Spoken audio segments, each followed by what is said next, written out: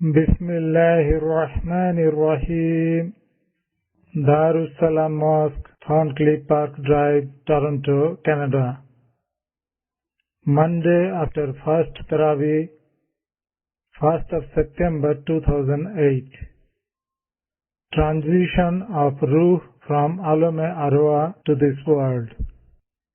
What will happen to those people who are not aware of Deen? The bayan is presented by Hazrat Maulana Mufti Saeed Ahmed Palanpuri Sahib Damad Barakatuhu. Alhamdulillah. Nahmaduhu wa nasta'inuhu wa nastaghfiruhu wa nu'minu bihi wa natawakkalu alayhi. ونعوذ بالله من شرور أنفسنا ومن سيئات أعمالنا من يهده الله فلا مضل له ومن يضلله فلا هادي له وأشهد أن لا إله إلا الله وحده لا شريك له وأشهد أن سيدنا ومولانا وحبيبنا وشفيعنا محمدا عبده ورسوله أرسله إلى الناس كافة بشيرا ونذيرا وداعيا إلى الله بإذنه وسراجا منيرا صلى الله تعالى عليه وعلى آله وصحبه وبارك وسلم تسليما كثيرا كثيرا وبعد فأعوذ بالله من الشيطان الرجيم كيف تكفرون بالله وكنتم أمواتا فأحياكم ثم يميتكم ثم يحييكم ثم إليه ترجعون صدق الله مولانا العظیم. بزرگوں اور بھائیوں، یہ پہلے پارے کے تیسرے رکوع کی ایک آیت ہے.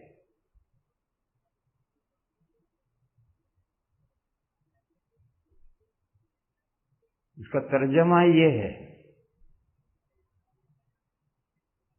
کیف تکفرون باللہ، تم اللہ کا انکار کیسے کر سکتے ہو؟ تم اللہ کا انکار کیسے کرتے ہو؟ دیکھو، دنیا میں دو قسم کے لوگ ہیں.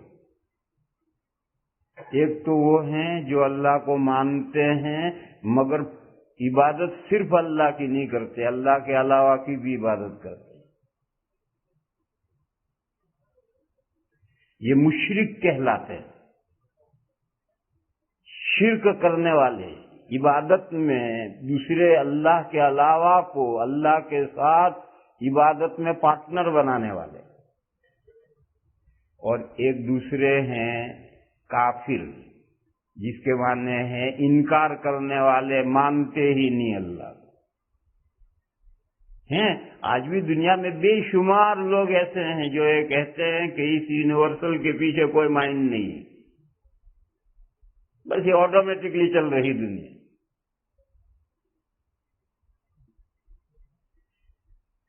جو اللہ کا انکار کرتے، مانتے ہی نہیں، یہ کہلاتے ہیں کافر. لفظ کافر کے معنی ہے انکار کرنے والا، نہ ماننے والا. تو یہاں ذکر ہے، پہلے جہاں سے رکوع شروع ہوا ہے وہاں سے ذکر ہے اللہ کے ساتھ عبادت میں شریک ٹھہرانے والوں کا. اور یہ کہا کہ صرف اللہ کی بندگی کرو، اللہ کے علاوہ کسی کی بندگی مت کرو. پھر اس رکوع کے ختم پر یہ آیت پاک آئی ہے: کیف تکفرون باللہ وکنتم امواتا. اللہ کا تم کیسے انکار کرو گے؟ تم نتھنگ تھے، نیست تھے، تم کچھ بھی نہیں تھے۔ فَأَحْيَاكُمْ، بس اللہ نے تمہیں زندگی بخشی۔ ثُمَّ يُمِيتُكُمْ، پھر اللہ تعالی تمہیں مار دیں گے، موت دیں گے۔ ثُمَّ يُحْيِيكُمْ، پھر تمہیں زندہ کریں گے۔ ثُمَّ إِلَيْهِ تُرْجَعُونَ، پھر تمہیں اللہ کی طرف لوٹنا ہے۔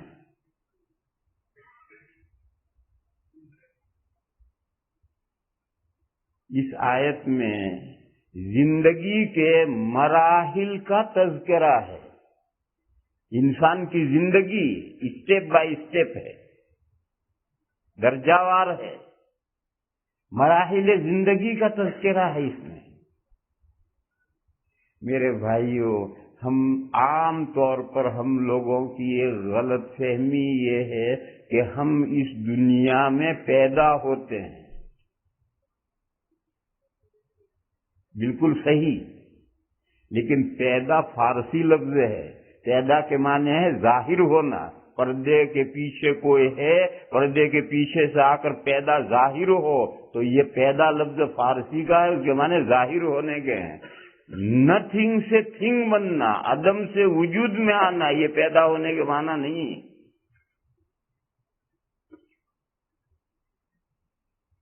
کیونکہ لفظ بولتے رہتے ہیں، اس لفظوں کی حقیقت سمجھتے نہیں ہیں، تو کیسے ہم اس دنیا میں بچہ پیدا ہوا؟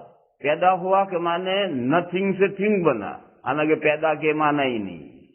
پیدا کے معنی ظاہر ہوا، اور وہ نتھنگ سے تھنگ کم بنا۔ 4 مہینے پہلے پیٹ میں نتھنگ سے تھنگ بن گیا ہے اور پیٹ میں گھومتا ہے۔ یہ تو موٹی سی بات ہے، ہر آدمی دیکھتا ہے کہ 4 مہینے پہلے سے ماں کے پیٹ میں بچے کی حیات بینگ ہو گئی ہے، وجود ہو گیا ہے، اور وجود ہونے کے بعد میں اب دنیا میں آیا، دنیا میں پیدا ہوا، یعنی ظاہر ہوا۔ اس وقت عدم سے وجود میں نہیں آیا ہے، عدم سے وجود میں تو اس سے پہلے 4 مہینے پہلے ماں کے پیٹ میں آ چکا ہے عدم سے وجود۔ اگر یہ حقیقت ذہن میں رکھو تو لفظ پیدا کا صحیح مفہوم سمجھ میں آئے گا کہ پیدا فارسی لفظ ہے، اس کے معنی نمودار ہونا، ظاہر ہونا۔ اور میرے بھائیو یہ سمجھو، ماں کے پیٹ میں 4 مہینے پہلے بھی انسان عدم سے وجود میں نہیں آتا، انسان اس سے بہت پہلے عدم سے وجود میں آ چکا ہے۔ لہذا مراحل حیات، انسان کی زندگی کے جو مرحلے ہیں اسے سمجھو۔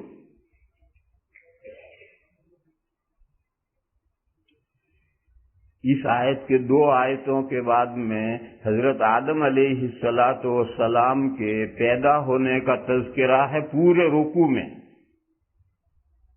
اور اس مضمون کو آپ حضرات جانتے ہیں، اس کو بیان نہیں کرنا۔ اللہ جل شانہ امن والہ نے ہمارے دادا، ہمارے جد امجد، اللہ جل شانہ امن والہ نے سب سے پہلے آدم علیہ السلام کو پیدا کیا مٹی سے۔ حدیث شریف میں ہے کہ اللہ تعالی نے اپنی قدرت کی مٹھی بھری ساری زمین سے، پھر اس مٹی کو گارا بنایا، اس سے پتلا بنایا آدم علیہ السلام کا، وہ دھوپ میں رکھ دیا گیا، کھنکھناتی بجنے لگا، اس کے بعد ان میں روح کی اللہ تعالی نے۔ پھر آدم علیہ السلام کے پیدا ہونے کے بعد قرآن کریم میں بھی یہ مضمون ہے اور حدیث شریف میں بھی یہ مضمون ہے کہ اللہ نے اپنی قدرت کا ہاتھ پھیرا آدم علیہ السلام کی دائیں پیٹھ پر، تو ان کی قیامت تک کی ساری اولاد نکل آئی۔ پھر اللہ تعالیٰ نے آدم علیہ السلام کی بائیں پیٹھ پر ہاتھ پھیرا تو ان کی قیامت تک کی بری اولاد نکل آئی۔ نیک اولاد دائیں پیٹھ سے نکل آئی، بری اولاد بائیں پیٹھ سے نکل آئی۔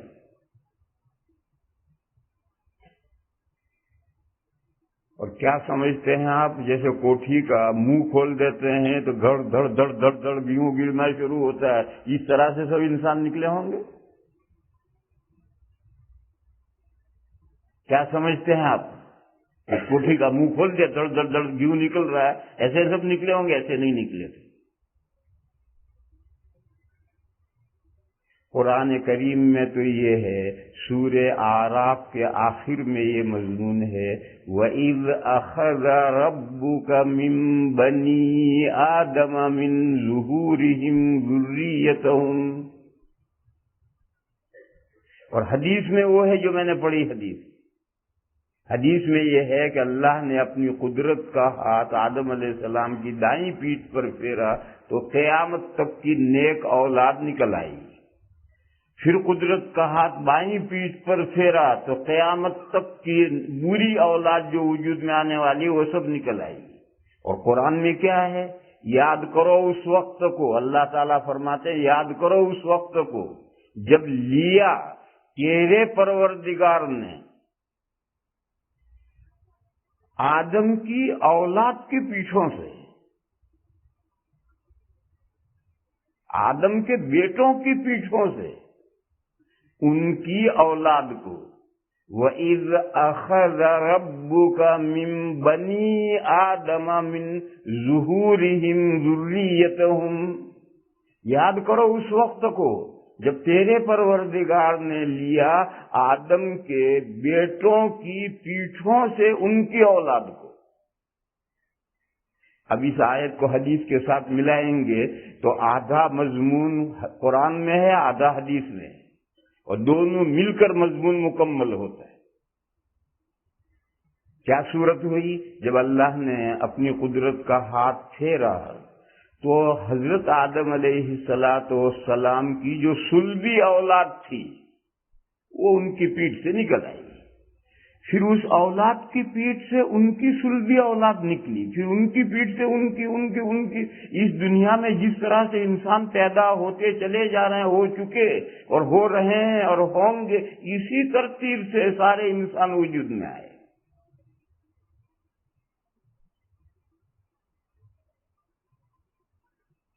حدیث شریف میں ہے کہ اس وقت انسانوں کی شکل تھی کامثال الذر، بھوری چونٹی۔ ایک تو کالی چونٹی ہوتی ہے، ایک چونٹی کا باوا چونٹا ہوتا ہے، پھر اس کا بھی باوا مکوڑا ہوتا ہے۔ یہ مکوڑا چونٹیاں ایک ہی فیملی ہے۔ اسے ایک بھوری چونٹی ہوتی، چھوٹی سی بڑی زور کی کاٹتی ہے، چھوٹی کھوٹی۔ تو حدیث میں ہے کہ انسان اس شکل میں آئے، وجود میں آئے تھے کامثال الذر۔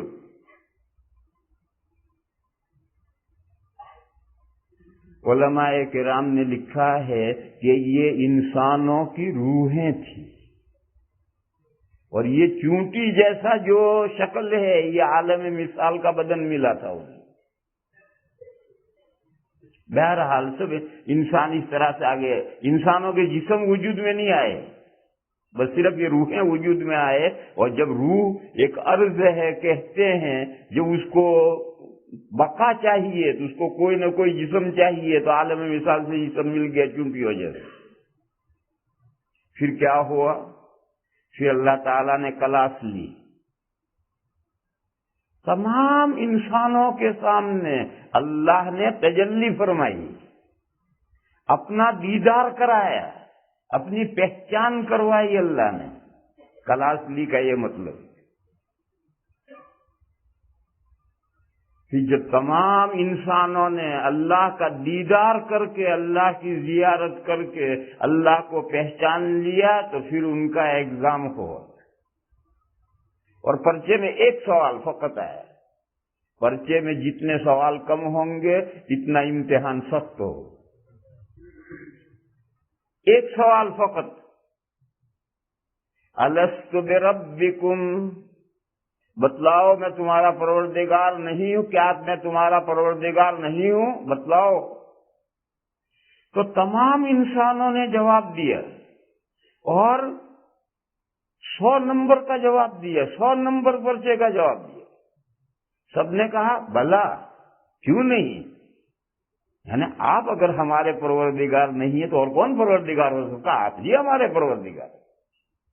یہ سب قرآن کریم میں یہ مضمون ہے، بے صفحے کی نہیں ہے۔ بعض باتیں بے صفحے کی ہوتی ہیں، بے صفحے کی نہیں ہے، قرآن کریم میں مضمون ہے۔ ہو گیا تمام انسانوں امتحان میں کامیاب، سب نے کہا آپ ہی ہمارے رب ہیں، پروردگار ہیں، کیونکہ اللہ تعالیٰ نے ان پر تجلی فرمائی ہے، سب کو اللہ نے اپنا دیدار کروایا ہے، اپنی پہچان کروائی ہے، اب کوئی کیسے انکار کرے گا؟ پھر کیا ہوا؟ گیہوں کوٹھی میں ڈال دی؟ نہیں، ایسا نہیں ہوا۔ یہ سب انسان نکل آئے ہیں، ان کو پھر ریٹرن، چلو گھسو واپس۔ کپڑے کا تھان کھولا تھا، لپیٹ دیا؟ نہیں، ایسا نہیں ہوا۔ بخاری شریف میں حدیث ہے، نبی پاک صلی اللہ تعالی علیہ وسلم نے فرمایا الارواح جنود مجندہ فما تعارف منها اختلف وما تناکر منها اختلف۔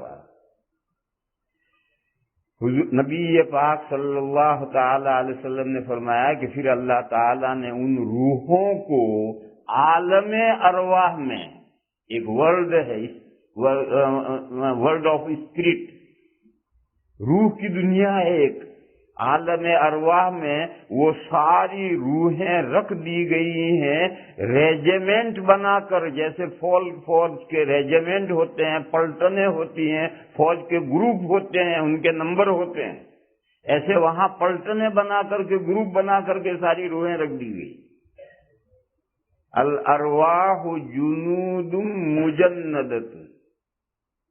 پھر حضور نے فرمایا کہ اس عالم ارواح میں جن روحوں میں تعارف ہو گیا، جان پہچان ہو گئی، تو اس دنیا میں آنے کے بعد ان میں اختلاف ہوتا ہے، میل ملاپ ہوتا ہے۔ یہ دنیا میں جو میل ملاپ ہوتا ہے وہ عالم ارواح میں روحوں کے درمیان میں جو تعارف، انٹروڈکشن ہوا ہے، اس کا اثر دنیا میں پڑتا ہے، میل ملاپ ہوتا ہے۔ اور اگر وہاں عالم ارواح میں اوپرا پن رہا، اوپرا پن یہ اردو کا لفظ سمجھنا بھی مشکل ہے آپ حضرات کے لیے، یہ اردو کا لفظ ہے مگر عام طور پر گجراتی اردو میں استعمال نہیں ہوتا، یہ گجراتی اردو الگ ہے، اور دوسرا لفظ بھی میرے پاس نہیں ہے، کوئی بتا سکتے کوئی دوسرا لفظ انگریزی کا، اردو کا کوئی؟ اوپرا کے معنی انجانا پن، جیسے کہ آپ کے یہاں سب اوپرے ہیں، کسی کو نیبر کا پتہ نہیں کون ہے،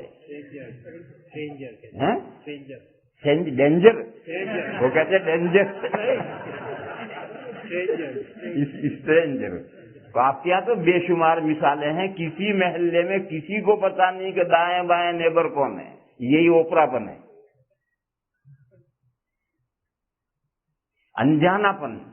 میں اسے نہیں جانتا، یہ مجھے نہ، دونوں ساتھ بیٹھے ہیں اور ایک دوسرے کو نہیں جانتے، اس کو اوپرا کہتے ہیں اردو میں، انجانا پنا۔ تو فرمایا وہاں روحوں میں یہ گروپ میں ہے، مگر ایک گروپ میں ہونے کے بعد ایک ریجیمنٹ میں ہونے کے باوجود انجانا پن ہے، اوپرا پن ہے، تو دنیا میں آ کر ان کے درمیان میں اختلاف ہو جاتا ہے۔ یہ بخاری شریف کی حدیث ہے، فما تعارف منها اختلف وما تناکر منها اختلف۔ آپ دیکھتے ہیں ایک ماں کے دو بیٹے ایک دوسرے کا گلا کاٹتے ہیں،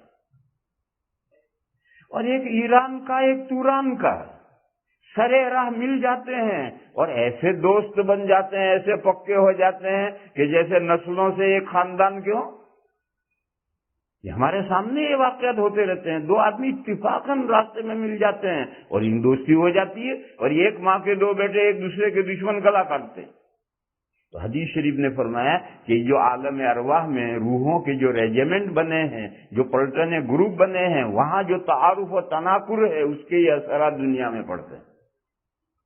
مجھے تو اس حدیث سے یہ سمجھانا ہے کہ عہد الست میں جب ایگزام ہو گیا اور سب نے اللہ کی ربوبیت کا اقرار کر لیا تو پھر روحوں کو پیٹھوں میں واپس نہیں کر دیا گیا، بلکہ روحوں کو عالم ارواح میں رکھ دیا۔ پھر کیا ہوا؟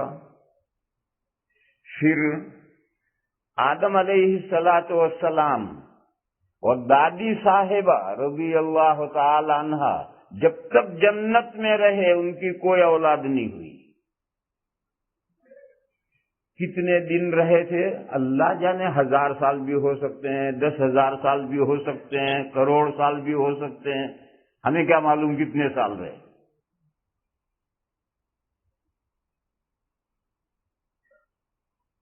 لیکن اتنی بات ہم جانتے ہیں کہ آدم علیہ السلام کو جنت میں جب داخل کیا گیا تو ان سے یہ فرمایا گیا تھا کہ فلاں درخت کو قریب مت جائیے، لا تقربا هذه الشجرة، ورنہ اپنے پیروں پہ کلاڑی مارو گے، فتکونا من الظالمین۔ ایک درخت بتلا دیا، کون سا درخت تھا اللہ جانے کون سا، تجھے کیا کرنا پوچھ کر، ارے تھا کوئی درخت۔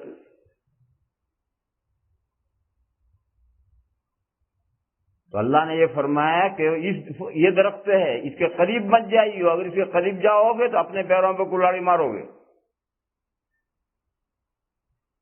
پھر قرآن کریم میں یہ بھی ہے کہ فَنَسِيَ آدَمُ وَلَمْ نَجِدْ لَهُ عَزْمًا، آدم علیہ السلام اللہ کی اس نصیحت کو یا حکم کو بھول گئے۔ تو یہ بھولنے کے لیے کتنا لمبا عرصہ گزرے گا تب بھولے گا، 2 دن میں نہیں بھول جایا کرتا آدمی۔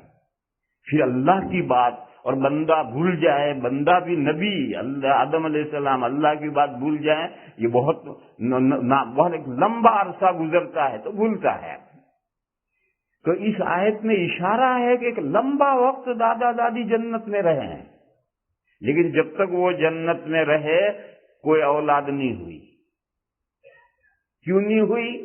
حضرت آدم علیہ السلام اور ان کی ساری اولاد کا اس زمین سے پیدا کیا جانا مقدر تھا، اللہ نے طے کر دیا تھا کہ آدم علیہ السلام بھی اس مٹی سے پیدا ہوں گے، ان کی اولاد بھی اسی مٹی سے پیدا ہوگی۔ پھر جنت میں اولاد کیسے ہوگی؟ آدم علیہ السلام اسی زمین پر اسی مٹی سے پیدا کیے گئے، پھر ان کو جنت میں لے جا کر بسایا گیا، جنت کی مٹی سے نہیں پیدا کیے گئے۔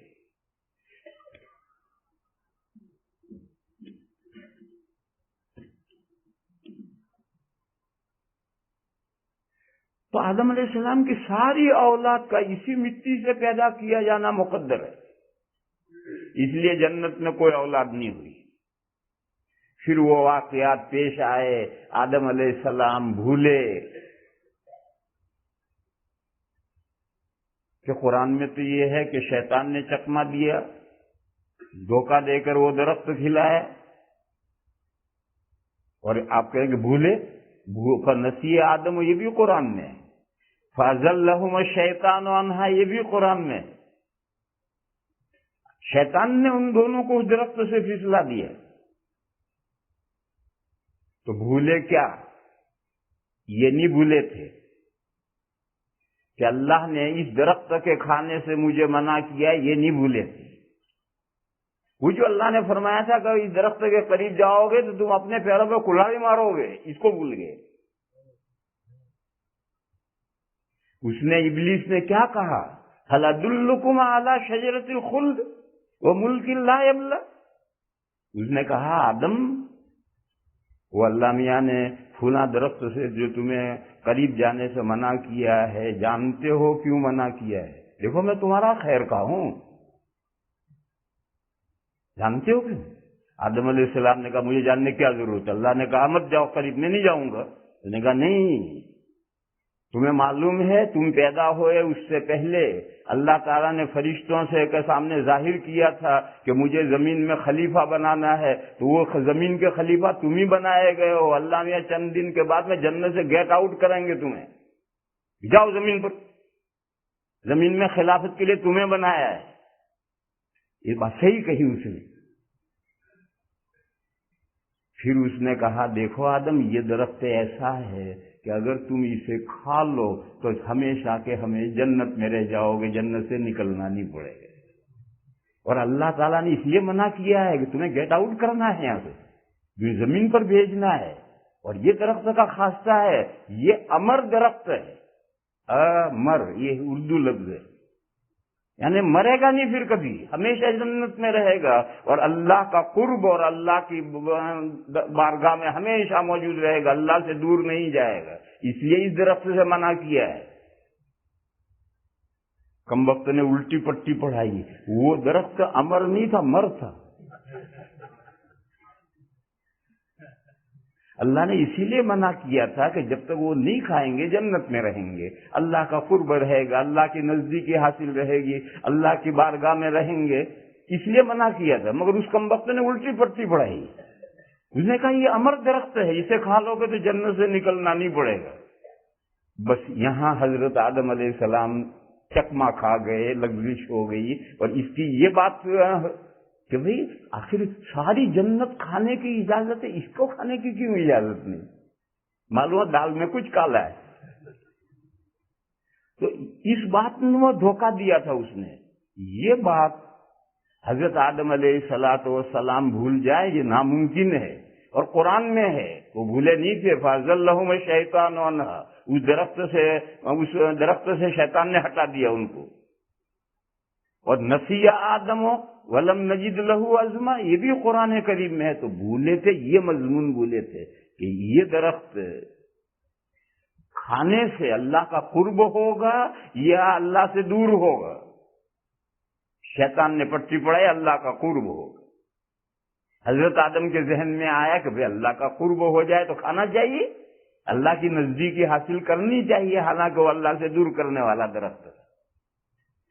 دیکھو میرے بھائیو، یہاں ایک مضمون سمجھو.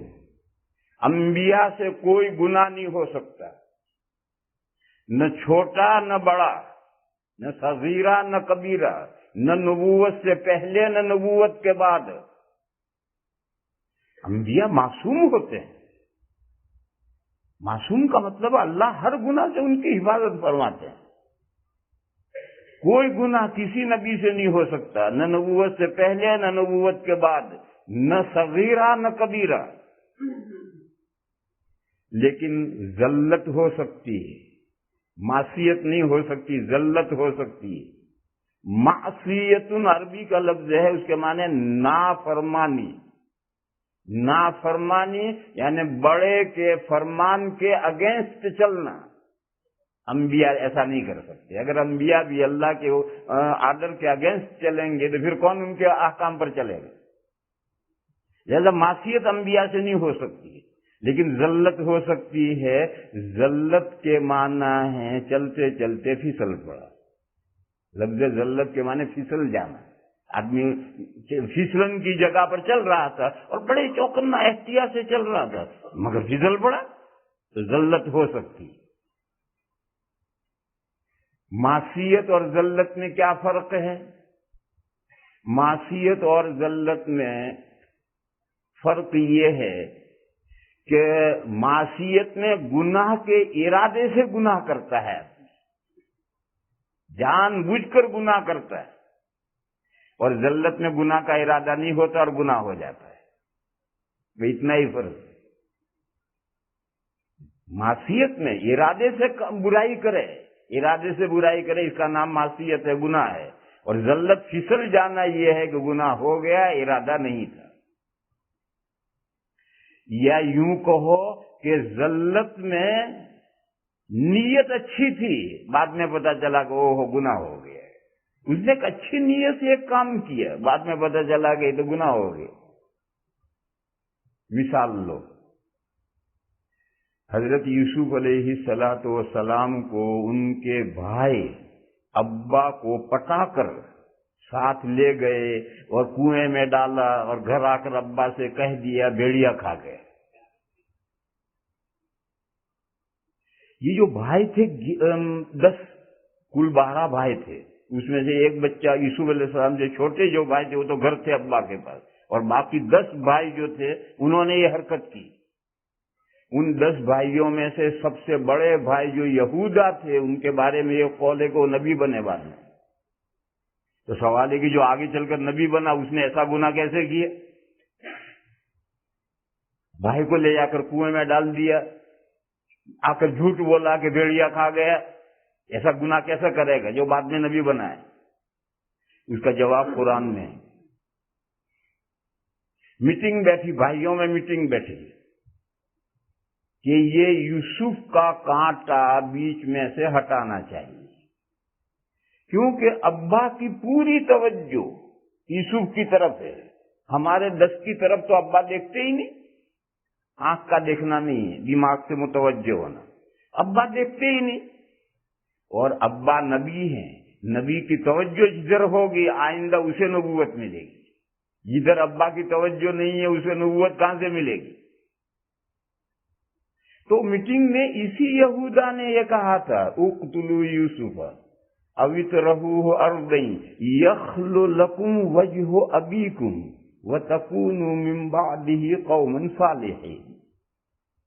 انہوں نے کہا یوسف کو مار ڈالو، کسی نے یہودا نے کہا مارو مت، اسے کہیں دور ملک میں بھیج دو۔ اس کا فائدہ کیا ہوگا؟ یخل لکم وجہ ابیکم، تمہارے ابا کی پوری توجہ تمہاری طرف ہو جائے گی، نبوت تمہیں مل جائے گی، اللہ کی نعمت۔ اور یہ جو گناہ ہو گیا کہ یوسف کو دور کہیں ملک میں بھیج دیا، تو توبہ اللہ کر کے معافی، اللہ میاں سے معافی لے لیں گے، اللہ کا دروازہ توبہ تو کھلا ہے۔ وَتَكُونُوا مِن بَعْدِهِ قَوْمًا صَالِحِينَ، یوسف چلا جائے گا، اس کے بعد تم نیک بندے بن جائیے، توبہ کر کے نیک بن جائیے۔ دیکھو کیا نیت ہے کہ یوسف کا کانٹا بیچ میں سے ہٹے گا تو ابا جو پیغمبر ہیں ان کی توجہ ہماری طرف ہو جائے گی، اور اللہ کی رحمتیں اور نبوت کے ہم سزاوار حقدار بن جائیں گے۔ اچھی نیت سے یوسف علیہ السلام کو راستے میں سے ہٹایا، باپ سے دور کیا، اس کو ذلت کہتے ہیں، پھسل گیا آدمی۔ تو یہ جو حضرت آدم علیہ السلام سے عمل ہوا یہ ذلت ہے۔ اللہ کی نزدیکی حاصل کرنے کے لیے، ہمیشہ جنت میں رہنے کے لیے شیطان نے پٹی پڑھائی تھی کہ امر درخت اسے کھا لو ہمیشہ جنت میں رہ جاؤ گے، تو کھا لیا ہے۔ اللہ کی نزدیکی حاصل کرنے کے لیے کھا لیا ہے، دھوکہ یہاں کو۔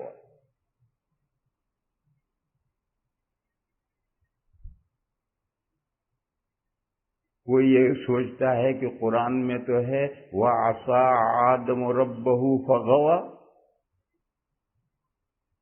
حضرت آدم علیہ السلام نے اپنے پروردگار کی نافرمانی کی، حکم عدولی کی، پس وہ گمراہ ہو گئے۔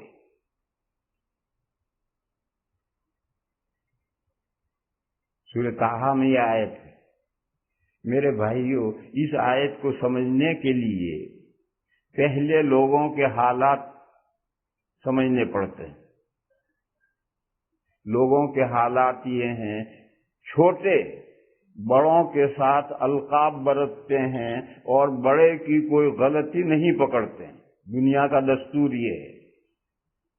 چھوٹا جب بڑے سے کہ حضرت مولانا مفتی صاحب فلاں، یہ یوں نام لے گا، اور اگر بڑے میں کوئی غلطی ہے تو غلطی نہیں پکڑے گا۔ مشہور جملہ ہے خطائے بزرگاں گرفتن خطا، بڑوں کی غلطی پکڑنا ایک دوسری غلطی ہے، وہ اس کی غلطی تھی، تو نے اس کی غلطی پکڑی، تیری دوسری غلطی ہوئی۔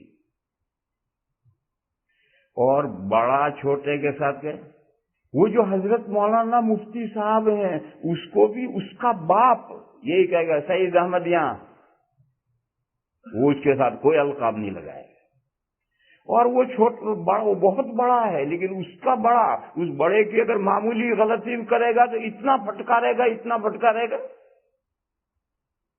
اور پھٹکار کر گلے بھی لگا لے گا۔ تو آدم علیہ السلام بندے ہیں، چھوٹے ہیں، اللہ ہیں۔ آدم علیہ السلام کی معمولی کوتاہی پر بھی اللہ نے سخت پھٹکارا اور فرمایا عصا آدم ربہ فغوا، یہ سخت پھٹکارا۔ مگر پھر اللہ نے ان کو برگزیدہ بھی بنا لیا، ثم اجتباہ.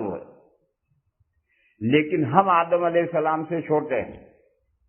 سنو میرے بھائیو، ہم آدم علیہ السلام سے چھوٹے ہیں، ہمیں یہ بات کہنے کا حق نہیں پہنچتا. اللہ نے جو اپنے بندے کے بارے میں فرمایا ہے ہمیں یہ بات کہنے کا حق نہیں پہنچتا ہے. ہم آدم علیہ السلام سے چھوٹے ہیں. اللہ تعالیٰ آدم علیہ السلام سے بے حد مرتبوں میں بڑے ہوئے ہیں. وہ خالق و مالک ہیں، وہ اپنے بندے کو جو چاہے پھٹ کریں، معمولی غلطی پر جو چاہے کہیں. مگر مجھے اور آپ کو یہ حق نہیں پہنچتا کہ ہم یہ کہیں. ایک باپ ہے، اس کا بیٹا شیخ الحدیث ہے، وہ نام لے کر پکارتا احمدیاں، تو کیا اس کے شاگرد جو ہیں شیخ الحدیث کے شاگرد وہ بھی یہ کہیں گے احمدیاں؟ وہ کبھی بھی نہیں کہیں گے. وہ احترام و القاب کے ساتھ نام لیں. اور اگر بیٹا وہ شیخ الحدیث بیٹا معمولی غلطی کرے گا تو باپ پھٹکارے گا، لیکن اس کے شاگرد اپنے استاد کی غلطی نہیں پکڑیں گے. اگر غلطی پکڑیں گے تو یہ ان شاگردوں کی دوسری غلطی ہوگی. بہرحال میرے بھائیوں، حضرت آدم علیہ السلام زمین پر اتارے گئے، اور زمین پر اترنے کے بعد جب زمین کی پیداوار کھائی، جو زمین میں سے جو چیزیں نکلتی ہیں، ہر چیز جو زمین سے نکلے گی زمین کا اثر لے کر آتی، وہ پیداوار کھائی تو بدن میں خون بنا. اس سے پہلے بدن میں خون نہیں تھا، خون اب بنا. زمین کی پیداوار کھانے سے خون بنا. خون مادہ بنا. پھر 2 مادے رحم مادر میں پہنچے، ماں کے بچہ دانی میں پہنچے. 2 مادے ملے اور مل کر کے اس مادے سے پھر انسان کی باڈی ماں کے پیٹ میں بننی شروع ہوئی. 5 مہینے میں ماں کے پیٹ میں انسان کی باڈی بن کر مکمل ہو جاتی. یہ ہے وہ انسان مٹی سے بنا.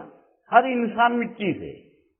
وَلَقَدْ خَلَقْنَا الْإِنسَانَ مِنْ سُلَالَةٍ مِّن طِينٍ. ہر انسان جو مٹی سے بنا ہے تو وہ گارا لے کر نہیں بنا، اس کا سط اور نچوڑ نکالا گیا ہے. مٹی کا سط اور نچوڑ نکال کر اس سے اللہ نے انسان کو بنایا ہے. وہ سط اور نچوڑ یوں نکلتا ہے کہ زمین سے کھانے پینے کی چیزیں پیدا ہوتی ہیں جو زمین کا اثر لے کر آتی ہیں، پھر اسے انسان کھاتا ہے، اس سے خون بنتا ہے، پھر اس سے مادہ بنتا ہے، پھر مادہ پہنچتا ہے اور اس سے باڈی بنتی. اور حدیث شریف میں ہے کہ جب ماں کے پیٹ میں انسان کی باڈی مکمل ہو جاتی ہے، 4 چلے گزر جاتے ہیں، 5 مہینے گزر جاتے ہیں، تو اللہ تعالیٰ ایک فرشتے کو حکم دیتے ہیں، اور وہ فرشتہ عالم ارواح سے وہ روح جس کے لیے یہ باڈی تیار ہوئی ہے، وہ روح لا کر اس باڈی میں پھونک دیتا ہے. لفظ آیا ینفخ، پھونک دیتا ہے. عورت رات کو سوتی ہے، اس کے پیٹ میں کوئی حرکت نہیں، صبح اٹھی تو بچہ ہل رہا. اور کب یہ زندہ ہو گیا اللہ جانے کب ہو گیا. عورتوں سے پوچھو، ان کو پتہ بھی نہیں چلتا کب ان کے پیٹ میں بچہ زندہ ہو. اور جب زندہ ہو جائے گا تو زندہ ہونے کے بعد پھر پیٹ میں گھومتا رہتا ہے، رکتا نہیں، مسلسل گھومتا ہے. اور ماں سو جائے گی تب بھی بچہ پیٹ میں گھوم رہا ہے.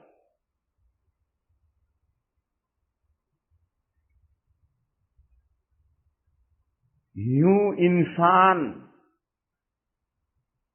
ورلڈ آف اسپرٹ سے ورلڈ آف باڈی میں آیا، ایک جگہ سے دوسری جگہ منتقل ہو کر آیا. مگر ابھی دنیا میں آنے کے قابل نہیں ہے، آب و ہوا برداشت کرنے کے قابل نہیں ہے. تو 4 مہینے ماں کے پیٹ میں رکھا جاتا ہے. یہ ماں کا پیٹ جو ہے یہ 2 دنیاؤں کے درمیان کا مرحلہ ہے، یہ برزخ ہے، یہ باریئر ہے، آڑ ہے دونوں کے درمیان میں، اس دنیا اور اس دنیا کے درمیان کا باریئر ہے. کبھی بچہ جلدی پیدا ہو جاتا ہے تو ہاسپٹل میں ڈبہ ہوتا ہے نا، کیا کہتے ہیں اسے، آرکیوبیٹک، کیا کہتے ہیں، انکیوبیٹک، اس میں بند کر کے رکھ دیتے ہیں. کیوں؟ اس ڈبے کے اندر ماں کے پیٹ جیسا ایٹماسفیئر ہے، اور وہ مدت پوری کرنے کے بعد ڈبہ کھول کے بچے کو نکالیں گے، زندہ رہے گا اور مر جائے گا۔ تو ایک خاص ماحول ہے بچہ دانی کے اندر، خاص ماحول ہے، اور عجیب و غریب ماحول ہے، انسان کی عقل دنگ ہے۔ ماں کے پیٹ میں وہ گولا، جس گولے کے اندر بچہ ہوتا ہے، وہ گولا گندے پانی سے بھرا ہوا ہوتا ہے، گندے پانی سے بھرا ہوا ہوتا ہے۔ اس گندے پانی میں 4 مہینے غلطاں پیچا رہتا ہے بچہ، اور کیا مجال کہ وہ گندا پانی ناک میں چلا جائے، کان میں چلا جائے، منہ میں چلا جائے، کہیں نہیں جائے گا۔ کیا قدرت ہے خدا کی۔ اور وہ 4 مہینے کھاتا کیا ہے؟ وہ جو منتھلی پیریڈ آتا ہے، وہ حمل ٹھہرتے ہی منتھلی پیریڈ بند نہیں، وہ ہر مہینے ریگولر ٹائم پر منتھلی پیریڈ آتا ہے، مگر وہ بچہ دانی کے اندر ہو کر باہر نکلتا ہے، اور بچہ دانی کا منہ بند ہو گیا تو وہ خون پیچھے رک گیا۔ یہ جو پیچھے خون رک گیا ہے، منتھلی پیریڈ کا خون، یہ بچے کی خوراک ہے۔ اور وہ جو گولا ہے، وہ گولا، اس کے باہر وہ خون ہے، اس خون کو جذب کرتا ہے، پھر اسے ریفائن کرتا ہے، اور ریفائن کر کے پھر باریک باریک رگوں سے اکٹھا ہو کر ایک خاص رگ سے ناپ کے ذریعے سے وہ خون پیٹ میں پہنچتا ہے، اور وہ 4 مہینے اس خون سے غذا بنتی ہے، اور اس سے اس کی پرورش ہوتی ہے۔ پھر جب پیدائش کا وقت آتا ہے تو گولا پھٹتا ہے، اور وہ گندا پانی نکلتا ہے، اس کے ساتھ بچہ بھی پھسل کر آ جاتا ہے۔ پھر وہ جو ناپ ہے اس گولے کے ساتھ جڑی ہوئی ہوتی ہے، تو کینچی سے کاٹ دی جاتی ہے باندھ کر کے، بچہ الگ ہو گیا، وہ والا اندر چلا گیا۔ پھر 8 گھنٹے کے بعد پھر درد ذہ ہوگا، اور وہ میل گرے گا، اور وہ میل دفن کر دیا جائے گا۔ یہ قدرت کا نظام ہے، تو اس کے ساتھ سارا سلسلہ جڑا ہوا ہے۔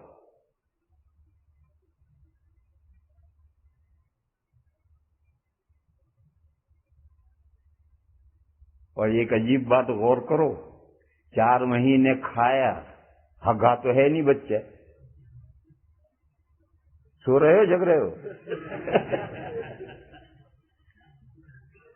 چنانچہ بچہ دنیا میں پیدا ہونے کے بعد میں، دنیا میں آتے ہی وہ جو منتھلی پیریڈ کا خون ہے، اب یہ چھاتیوں میں سے دودھ بن کر آئے گا، وہی خون اب چھاتیوں میں سے دودھ بن کر آئے گا، اور 2 نہریں بہیں گی، 2 چھاتیوں میں سے 2 نہریں بہیں گی، اور بہت نہایت ہلکا فیٹ کا دودھ آئے گا، لیکن 2 دن کے بعد دودھ آئے گا، 2 دن تک نہیں آئے گا، تاکہ 2 دن میں بچے کا وہ پیٹ میں جو 4 مہینے کا پخانا ہے وہ صاف ہو جائے۔ جب باہر نکلے گا تو عورتیں کچھ پلاتی ہیں، یہاں تو معلوم نہیں کیا پلاتی ہیں، ہمارے یہاں گٹی پلاتی ہیں، ایک شربت آتا ہے بازار میں بکتا، گٹھی کہتے ہیں، وہ گٹی لائیں گے، پلائیں گے، اور وہ یا شہد پلائیں گے، چٹائیں گے، تو اس کو دست ہوں گے، اور وہ سب کا کالا کالا پخانا نکلے گا اس کا، اور جب بالکل پیٹ خالی ہو گیا، اب ماں کی چھاتی میں دودھ اترے گا، اس سے پہلے اتارتے ہی نہیں اللہ ہے۔ کیا قدرت کا نظام ہے، عقل دنگ ہے۔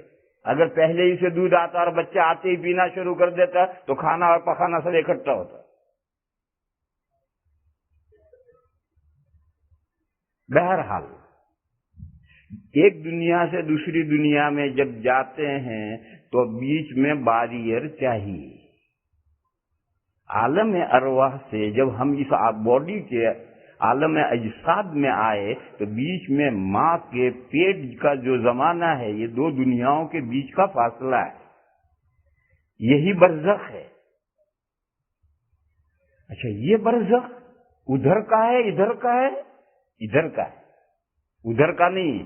عالم ارواح کی طرف اس کا زیادہ قرب نہیں ہے، اس ماں کے پیٹ کا قرب اس دنیا کی طرف ہے، اس لیے یہیں کی جو غذا ماں کھاتی ہے، اس سے جو خون بنتا ہے، وہی منتھلی پیریڈ کا خون بچے کی غذا بنتا ہے۔ خیر دنیا میں آ گئے. یہ جو دنیا میں آئے یہ ہوئے پیدا ہوئے ظاہر ہوئے. پیدا ہونا یہ ہے, ظاہر ہونا یہ ہے. انسان عدم سے وجود میں آ گیا ہے.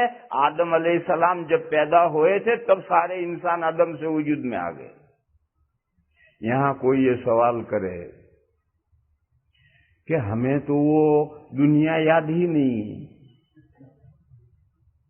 وہ عالم ارواح والی جب اللہ میاں نے کلاس لی تھی, ہمیں اپنی تجلی فرمائی تھی, ہمیں دیدار کروایا تھا, ہم نے ایگزام دیا تھا, سوال کا جواب, ہمیں تو کچھ بات یاد نہیں.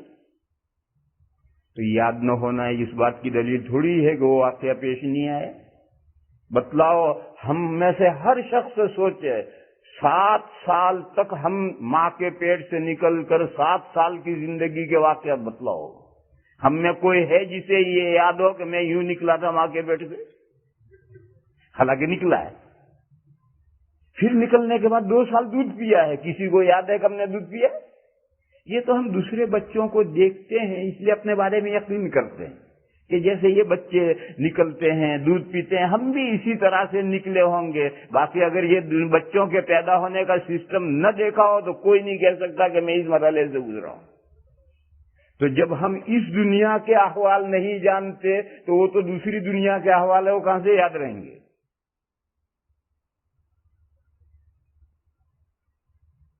دوسری مثال لو, ہم لوگ مدرسوں میں پڑھے ہیں, کالجوں میں اسکولوں میں پڑھنے والے بھی اسی طرح سے پڑھتے ہیں. آج میں 40-45 سال پہلے پڑھا, آج مجھے بالکل یاد نہیں ہے کہ میں نے فلاں کتاب فلاں استاد سے پڑھی ہے. یہ تو یاد ہے, لیکن کس دن کون سا سبق پڑھا ہے میں نہیں بتا سکتا. کس سبق میں استاد نے کیا بتایا تو وہ بھی نہیں بتا سکتا. تو اتنا جانتا ہوں کہ شیخ جامع حضرت مولانا صدیق صاحب سے پڑھی تھی, وہ اتنا ہی جانتے, اس سے آگے کچھ نہیں جانتے. مگر ہر آدمی جانتا ہے کہ ہم نے کلاسیں اتنے سال پڑھا ہے. دلیل یہ ہے کہ آج ہمارے اندر جو ایبیلٹی ہے یہ دلیل ہے وہاں کے پڑھنے کی. اگر ہم پڑھے نہ ہوتے تو آج ایبیلٹی کہاں سے آئی ہمارے اندر؟ آج ایک حساب دان ہے, اکاؤنٹنٹ ہے, وہ اکاؤنٹ کر رہا ہے, وہ پڑھا نہیں تو کہاں سے حساب کر رہا ہے. ایک سائنس دان ہے, ایک جغرافیہ کا ماہر ہے, ایک جوڑ توڑ کراتا ہے, لوگوں میں لڑائی کراتا ہے, یعنی پولیٹیشین. ایسے ہم لوگ کوئی حدیث پڑھا رہا, کوئی فقہ پڑھا رہا, کوئی یہ کتاب پڑھا رہا, کوئی وہ کتاب پڑھا رہا. اگر ہم پڑھے نہیں تو کہاں سے پڑھا رہے ہیں؟ یہ ایبیلٹی دلیل ہے کہ ہم پڑھے ہیں, چاہے وہ سب ہمیں یاد نہ ہو, ڈیٹیل یاد نہ ہو, تفصیلات یاد نہ ہو, مگر ہم پڑھے ہیں. اسی طریقے سے میرے بھائیو, وہ جو عالم ارواح میں اللہ نے اپنا دیدار کروایا تھا اور پہچان کروائی تھی, اس کی ایبیلٹی ہر انسان میں موجود ہے. ہر انسان کے دل میں اللہ کی یاد ہے, مانے اس کے دل میں بھی ہے, نہ مانے اس کے دل میں بھی ہے. قرآن کریم نے کہا ہے کہ جو اللہ کا انکار کرتے ہیں, نہیں مانتے ہیں, جب وہ سمندر میں سفر کرتے ہیں اور موجوں میں گرتے ہیں, اس وقت کس کی طرف متوجہ ہوتے ہیں اور کس سے گر گراتے ہیں؟ اللہ کی یاد ہر دل میں ہے. یہ جو اللہ کی یاد ضمیر کی آواز ہے, یہ ضمیر کی آواز کہاں سے پیدا ہوئی ہے؟ معلوم ہوا ایک وقت گزرا ہے جب اللہ نے کلاس لی, اپنی پہچان کروائی, اپنے معرفت کروائی ہے. یہ ایبیلٹی جو موجود ہے ہمارے اندر, یہ دلیل ہے. بہرحال یہ سب واقعات گزرے ہیں اور یاد ہونا کوئی ضروری نہیں. میں نے بتایا کہ اس دنیا کے احوال ہمیں یاد نہیں, وہ تو دوسری دنیا کے احوال ہے. ہاں, نشانی علامت چاہیے. علامت یہ ہے کہ ایبیلٹی موجود ہے. یہ پڑھنے کی ایبیلٹی دلیل ہے کہ ہم نے پڑھا ہے. ایسے اللہ کی معرفت جو ہر دل میں ہے, یہ دلیل ہے کہ کبھی ہم نے اللہ کو پہچانا ہے. یہاں سے ایک مسئلہ اور سمجھ لو بھائیو, پھر بند کرتا ہوں, 12 بج گئے ہیں. ایک مسئلہ سمجھ لو, 2 نبیوں کے درمیان کا زمانہ, ایک نبی کی تعلیمات ختم ہو گئی, نیا نبی ابھی نہیں آیا. یہ بیچ کے لوگوں کا کیا ہوگا آخرت میں؟ اسی طریقے سے دنیا میں پہاڑوں کی چوٹیوں پر لوگ رہتے ہیں, وہ متمدن دنیا سے یہ لوگ وہاں گئے, نہ وہاں کے یہاں آئے. آج بھی دنیا میں ایسی جگہیں ہیں کہ جہاں کے رہنے والوں کا دوسری دنیا سے کوئی تعلق ہی نہیں ہے، کوئی مذہب دین وہ جانتے ہی نہیں ہے، نہ کسی نے کوئی بات ان کو پہنچائی، ان کا آخرت میں کیا ہوگا؟ اس کو کہتے ہیں ہماری اصطلاح میں اصحاب فطرت۔ آخرت میں ان کے ساتھ کیا معاملہ ہوگا قیامت کے دن؟ اور شواہق جبال، پہاڑوں کی چوٹیوں پر رہنے والے لوگوں کے ساتھ آخرت میں کیا معاملات ہوگا؟ ایک تو وہ لوگ ہیں جو متمدن دنیا میں رہتے ہیں، کوئی دائی اگرچہ ان تک نہیں پہنچا مگر وہ جانتے ہیں اسلام کے بارے میں، قرآن کے بارے میں، حضور کے بارے میں جانتے ہیں، وہ ان کا تذکرہ نہیں۔ پہاڑوں کی جنگلوں میں، پہاڑوں کی چوٹیوں پر رہتے ہیں، عام انسانوں کے ساتھ ان کا ملنا جلنا ہی نہیں ہوا، نہ کوئی دائی پہنچا، نہ وہ اسلام کے بارے میں کچھ جانتے ہیں، آخرت میں کیا ہوگا؟ امام اعظم ابو حنیفہ علیہ الرحمہ کا مذہب یہ ہے کہ توحید اور کفر اس کے پر فیصلے کا مدار ہوگا، اور چیزیں ان سے پوچھی نہیں جائیں گی۔ اگر وہ اللہ کو پہچانتا تھا تو وہ ناجی ہے، جنت میں جائے گا، اور اگر وہ اللہ کو پہچانتا ہی نہیں تھا یا پہچانتا تھا مگر غیر اللہ کی اینٹ پتھر کو پوجتا رہا، یہ سب دوزخ میں جائیں گے۔ اور باقی مسائل محمد الرسول اللہ نہیں پوچھا جائے گا، اسے نماز نہیں پوچھی جائے گی، زکوٰۃ نہیں پوچھی جائے گی، کیونکہ اس کا علم آدمی کے نیچر میں نہیں ہے، اس چیز کا علم آدمی کے نیچر میں، فطرت میں نہیں ہے، اور اللہ کی پہچان انسان کے نیچر میں اور فطرت میں ہے۔ پھر تو نے کیوں نہیں پہچانا؟ آپ اگر تاریخ پڑھیں گے تو حضور سے پہلے جو فطرت کا زمانہ تھا اس میں بہت سے لوگوں کے احوال ہیں کہ انہوں نے اپنے نیچر سے اللہ کو پہچانا تھا۔ عمرو بن نفیل ایک شخص گزرے ہیں، ایک مرتبہ بہت بھلا آدمی تھا، ایک مرتبہ حضور ان کے یہاں کسی ضرورت سے گئے تو انہوں نے کھانا پیش کیا تو حضور نے انکار کر دیا کھانے سے، تو وہ سمجھ گیا اور اس نے کہا ابھی حضور کو نبوت نہیں ملی، یہ حضور کی نبوت سے پہلے کا قصہ ہے۔ تو عمرو بن نفیل نے کہا دیکھو میں بتوں کے نام پر جو جانور ذبح ہوتے ہیں نہیں کھاتا ہوں، یہ میں نے اللہ کے نام پر ذبح کیا ہے، یہ ابھی حضور کو نبوت نہیں ملی اور یہ فطرت کے زمانے کا قصہ ہے۔ اس کا مطلب کہ اللہ کی معرفت انسان کے نیچر میں ہے، آدمی توجہ کرے تو اللہ کو پہچان سکتا ہے، پھر نہیں پہچانتا، کیوں نہیں پہچانتا بھائی؟ اچھا نہیں پہچانتا اتنا ہی نہیں، اینٹ پتھر کی پوجا کرتا ہے، ارے اینٹ پتھر کا خدا ہونا تیری سمجھ میں آ گیا، اور جو خدا ہے اس کا خدا ہونا نہیں سمجھ میں آیا۔ تو امام اعظم رحمت اللہ علیہ کا مذہب یہ ہے کہ صرف توحید اور کفر و شرک کے بارے میں ان سے سوال ہوگا، جو توحید خالص پر ہوں گے چاہے انہوں نے عبادت نہ کی ہو، کوئی جانتے ہی نہیں عبادت کے طریقے کیسے کریں گے عبادت۔ تو اگر وہ اللہ کو پہچانتا تھا اور صرف اللہ کو معبود مانتا تھا وہ سب ناجی ہوں گے، جنت میں جائیں گے، اور جو اللہ کو پہچانتے ہی نہیں تھے یا غیر اللہ کی پوجا کرتے تھے وہ سب جہنم میں جائیں گے، اور باقی چیزیں ان سے نہیں پوچھی جائیں گی کیونکہ ان کا علم انسان کے نیچر میں نہیں ہے۔ بہرحال یہ مضمون یہیں روک دیتے ہیں، اور کہاں تک گئے؟ یہاں تک گئے کہ ایک ورلڈ سے دوسرے ورلڈ میں جب منتقل ہوں گے تو بیچ میں بیریئر آئے گا، بیریئر کے بغیر کود کر کے دوسرے ورلڈ میں نہیں جا سکتے۔ آگے ایک دوسرا بیریئر آ رہا ہے، وہ بیریئر سمجھاؤں گا کل، وہ جو مرنے کے بعد جو قبر کی زندگی آ رہی ہے وہ دو دنیاؤں کے درمیان کا بیریئر ہے، جیسے یہاں بیریئر ہے ایسے وہاں بھی بیریئر ہے۔ لہذا یہ مضمون یہیں تک چھوڑتے ہیں، یہاں سے لے کر آگے کل چلیں گے۔ وآخر دعوانا الحمدللہ۔